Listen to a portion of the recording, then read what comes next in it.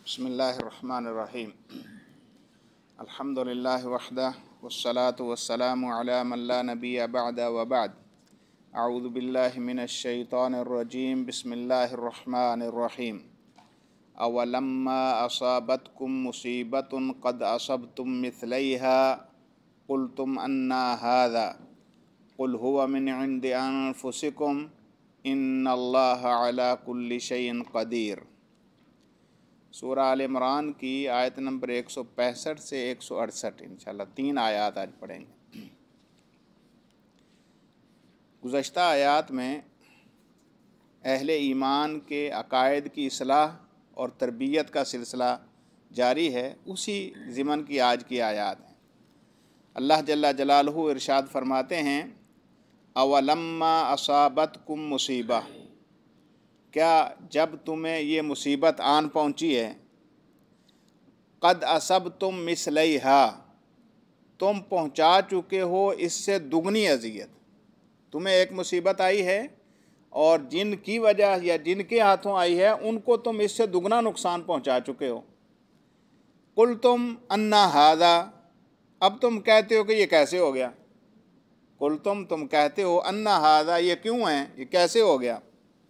ये पिछली आयात में हम अर्ज़ कर रहे हैं कि कुछ लोग ये समझते थे कि अगर नबी मुकर्रम सल्लल्लाहु अलैहि वसल्लम के हम साथ हैं और ये हकीकी अल्लाह के नबी हैं तो फिर तो शिकस्त मुमकिन ही नहीं है, फिर तो हर हाल में अल्लाह की नुसरत हमारे साथ है, अल्लाह की ताईद है और कहीं भी जो है वो नुकसान का कोई अंदेशा ही नहीं है। हालांकि सारे सहाबा का ये अंदाज़ नहीं था, लेकिन कुछ जो नौजवान किस्म के सहाबा थे और इसी तरह अभी जल्दी मुसलमान होने वाले और एक जो जज्बा और वलवला था, तो उसकी वजह से ये समझते थे कि ये शिकस्त जो है वो कुफार को होगी, अहले ईमान को क्यों। तो अल्लाह ज़ुल जलाली वल इकराम फरमाते हैं, अब तुम्हें ये मुसीबत आई है, तुम्हारे 70 बंदे शहीद हो गए। क़द असबतुम मिस्लैहा, तुमने गौर किया इससे पहले तुम दुगना उनको नुकसान पहुँचा चुके हो। बदर में 70 तुमने उन लोगों के कत्ल किए, 70 कैदी बना लिए, तुम्हारा तो कोई कैदी नहीं हुआ। और इसमें भी यानी अभी जो तुम जंगे ओहद में जो तुम्हारा मामला हुआ तो इब्तिदा में तुमने उनके कुछ लोग कत्ल भी किए, उनके कुछ ज़ख्मी भी हुए, और बाद में जो मामला हो गया तो अब तुम पूछते हो हुआ क्यों है। कुल, ए प्यारे पैगम्बर सल्लल्लाहु अलैहि वसल्लम कहिए, हुआ मिन इंदि अनफुसिकुम, ये तुम्हारे अपने नफ्सों की तरफ से है, कोताही तुम्हारी अपनी है। अल्लाह ज़ुल जलाली वल इकराम, इन्नल्लाह अला कुल्लि शैइन क़दीर, अल्लाह तो हर चीज़ पर कादिर है। यानी जो अल्लाह शिकस्त देने पर कादिर है वही अल्लाह फ़तह देने पर भी कादिर है। तो अल्लाह की कुदरत का इनकार नहीं है। अल्लाह ज़ुल जलाली वल इकराम तो कादिर था कि वो तुम्हें फ़तह देता, लेकिन तुम्हारी अपनी कोताही की वजह से तुम्हें जो है वो शिकस्त मिली है। लिहाजा तुम्हारा ये कहना कि क्यों हो गया है तो अपने आप से पूछो क्यों हो गया है। और उसकी तफसील हम जिक्र कर रहे हैं कि नबी मुकर्रम सल्लल्लाहु अलैहि वसल्लम ने जिन 50 तीर अंदाज़ों को मुकर्रर किया था, उनमें से कुछ लोग जो है वो इस वजह से कि अब जो है वो फतह हो चुकी है और लोग माल गनीमत इकट्ठी कर रहे हैं, तो लिहाजा वो नीचे उतर आए। तो रसूल मुकर्रम सल्लल्लाहु अलैहि वसल्लम की मुखालफत की वजह से और इसी तरह जो है वो माल की हवस दिल में आ जाने की वजह से और इसी तरह जो है वो और बाकी जो नकायस तुम्हारे अंदर थे उसकी बुनियाद पर तुम्हें ये मुसीबत आई है। और अल्लाह ज़ुल जलाली वल इकराम कादिर है, अल्लाह चाहता तो इसको भी वो बदल सकता था, लेकिन उसकी कुछ वजूहात हैं जो आगे अल्लाह ताला ने जिक्र की हैं। वमा असाबकुम यौमल तकल जमान, और जो भी तुम्हें पहुँचा है उस दिन जिस दिन दो गिरोह आपस में इकट्ठे हुए। वमा असाबकुम, और जो भी पहुँचा है तुम्हें यौमल तकल जमान, जिस दिन दो बड़े गिरोह आपस में दो जत्थे जो है वो टकराए, यानी दो फ़ौजें अपने सामने हुई, तो जो भी उस वक़्त में तुम्हें नुकसान पहुँचा है तो ये अक़ीदा तुम्हारा पुख्ता होना चाहिए, फ़बिइज़्निल्लाह, ये अल्लाह के इज़्न से है, ये अल्लाह की मर्ज़ी से है। और अल्लाह ज़ुल जलाली वल इकराम की मर्ज़ी या अल्लाह का इज़्न या अल्लाह की मशीयत क्यों है। वलियअलमल मुमिनीन, अल्लाह निखार के रख दे कि मोमिन कौन है।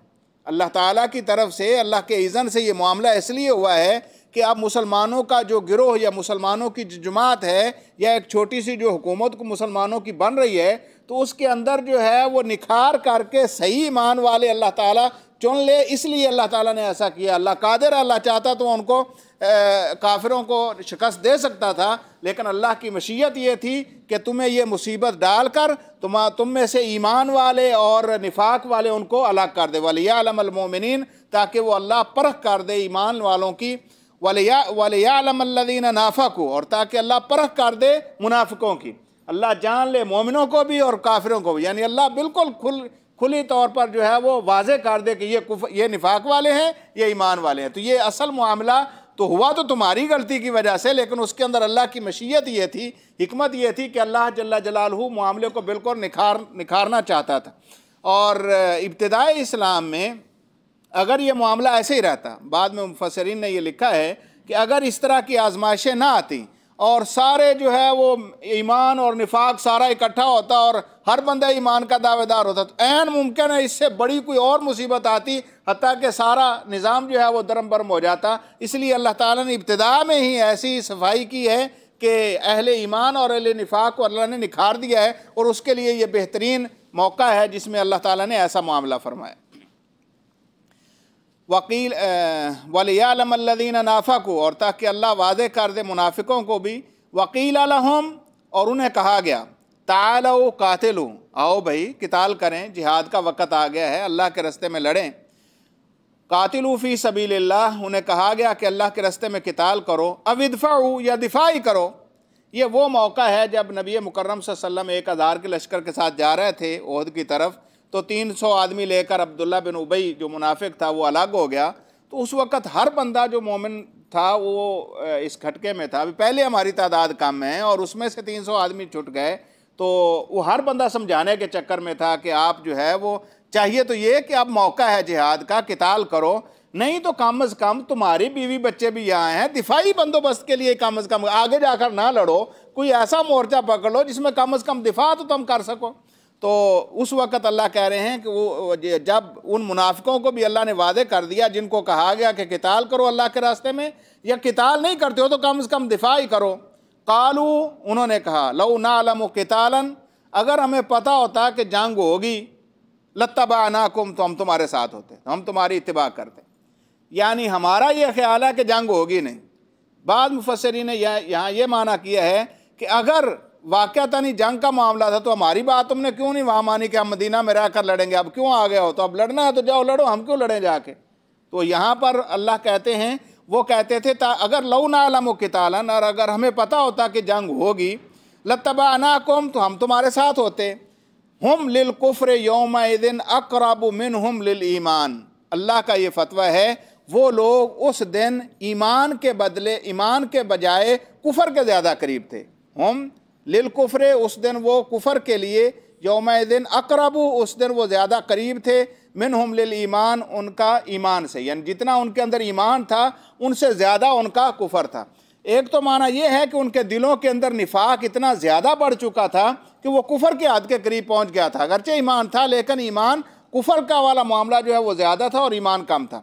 और बाद लोगों ने ये लिखा है कि हम लिल कुफ्र यौमइदिन अक़रबु मिनहुम लिल ईमान, ये लोग उन दिनों कुफर के मुफाद को ज़्यादा अजीज़ समझ रहे थे अहले ईमान के मुफाद के। यानी ये लड़ाई इसलिए नहीं कर रहे थे कि आज जो है वो मामला सीधा पदरा हो जाए, अब सारा कुफर इकट्ठा होकर आया है तो आए रोज़ की किलकिल ख़त्म हो, तो ये ख़त्म ही हो तो जान छूटे। वो कुफर के ज़्यादा करीब थे और कुफर का मुफाद उन्हें ज़्यादा अजीज़ था। यक़ूलून बिअफ़वाहिहिम, वो कहते थे अपनी ज़ुबानों से, अपने मुँहों से, मा लैसा फ़ी क़ुलूबिहिम, जो उनके दिलों में नहीं था। और वल्लाहु आलमु बिमा यक्तमून, अल्लाह तो जानता है जो वो छुपाते हैं। तो उनके ये जो दिलों के अंदर छुपे हुए मुसलमानों के ख़िलाफ़ बगावत थी, अल्लाह ने ये इतनी आजमाइश तुम पर डालकर उसको खोल कर वादे कर दिया कि ये मुनाफिकीन हैं, अब इनसे दूर रहना, या इनको कम अज़ कम अपने जो बुनियादी आपके मामलात हैं उनके अंदर दखील ना होने देना। और यही हुआ। नबी मुकर्रम सल्लल्लाहु अलैहि वसल्लम ने उसके बाद वो लोग जिनके बारे में यकीन था कि ये मुनाफिकीन में से हैं, तो उनका मामला जो है वो बिल्कुल खुलकर चूँकि सामने आ चुका था, तो फिर उनके साथ वैसा ही मामला फरमाया गया। तो अल्लाह ज़ुल जलाल वल इकराम ने कहा कि ये जो मुसीबत तुम्हें पहुँची है तो कोई बात नहीं, मर्दों के ऊपर मामला आते रहते हैं, आपने इससे पहले इससे बड़ा जो है नुकसान उनका किया हुआ है। अगर आया भी है तो उसके अंदर असल कोताही तुम्हारी है, लेकिन अल्लाह ताला की हिकमत ये है कि अल्लाह ने छांटी कर दिया। अब अल्लाह ताला ने उनके जो दिलों के राज थे वो भी खोल कर तुम्हारे सामने रख दिए हैं। तो ये अल्लाह जल्ला जलालुहू की एक ख़ास हिकमत की वजह से। अल्लज़ीना क़ालू लिइख़वानिहिम, ये वही लोग हैं जिन्होंने अपने भाइयों को कहा था, ये मुनाफिकीन ने, वक़ादू, और ख़ुद बैठे रहे, खुद जो है वो पीछे हट गए। और जो लोग मैदान जंग में गए उनको कहते हैं लौ अताऊना, अगर ये हमारी इताअत करते, हमारी बात मान लेते, माँ कुतिलू, तो कत्ल ना होते। अगर हमारी बात मान लेते, यानी हमारा वो जो मौक़िफ़ था कि मदीना में रह कर लड़ा जाए, तो अगर ये हमारी बात मानते तो इनको आज ये आफत ना आती, ये जो है इनका क़िताल ना होता।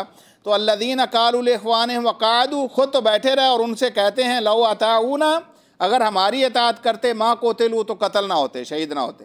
कुल, ए प्यारे पैगम्बर सल्लल्लाहु अलैहि वसल्लम, आप इनसे कहिए फ़द्रऊ अन अनफुसिकुमुल मौत, ज़रा अब अपने आप को मौत से बचा कर दिखाओ। कुल, इनसे कहिए फ़द्रऊ, हटा लो, वापस कर लो, बचा लो, अन अनफुसिकुम, अपने नफ्सों से, अलमौता, मौत को। तो मौत को अपने आप से हटा कर बताओ ज़रा, क्या तुम्हें मौत नहीं आएगी? क्या जंग में जाना ही मौत है, घर में मौत नहीं आती? तो कौन है जो मौत से बच पाएगा?